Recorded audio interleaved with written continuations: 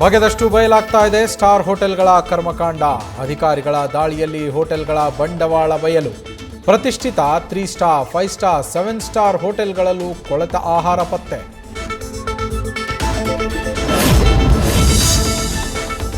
ರಾಜ್ಯ ರಾಜಧಾನಿಯ 26 ಪ್ರತಿಷ್ಠಿತ ಹೋಟೆಲ್ಗಳಿಂದಲೇ ರೂಲ್ಸ್ ಬ್ರೇಕ್.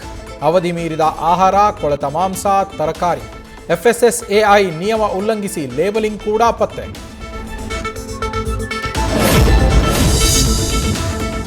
KFC, ಮೆಕ್ಡೊನಾಲ್ಡ್ಸ್ ಮೇಲೂ ಆಹಾರ ಇಲಾಖೆ ಅಧಿಕಾರಿಗಳ ದಾಳಿ. MG ರಸ್ತೆಯಲ್ಲಿ ಇರುವ ಔಟ್ಲೆಟ್ಗಳಲ್ಲಿ ತಪಾಸಣೆ. ಫುಡ್ ಸ್ಯಾಂಪಲ್ಸ್ ಸಂಗ್ರಹಿಸಿ ಲ್ಯಾಬ್ಗೆ ರವಾನೆ.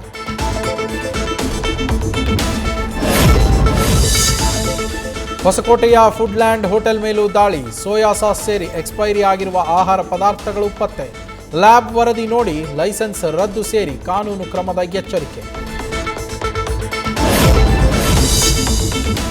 ಜನ ತಿನ್ನುವ ಊಟ ಆರೋಗ್ಯವಾಗಿರಬೇಕು. ಅದನ್ನು ಕೊಡುವ ಹೋಟೆಲ್ಗಳಿಗೂ ಜವಾಬ್ದಾರಿ ಇರಬೇಕು.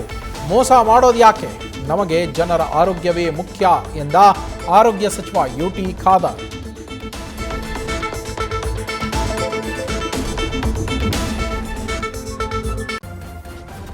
ನ್ಯೂಸ್ ಫಸ್ಟ್ ನಿರ್ಭೀತಿಯಿಂದ ನಿಮ್ಮ ಪರವಾಗಿ.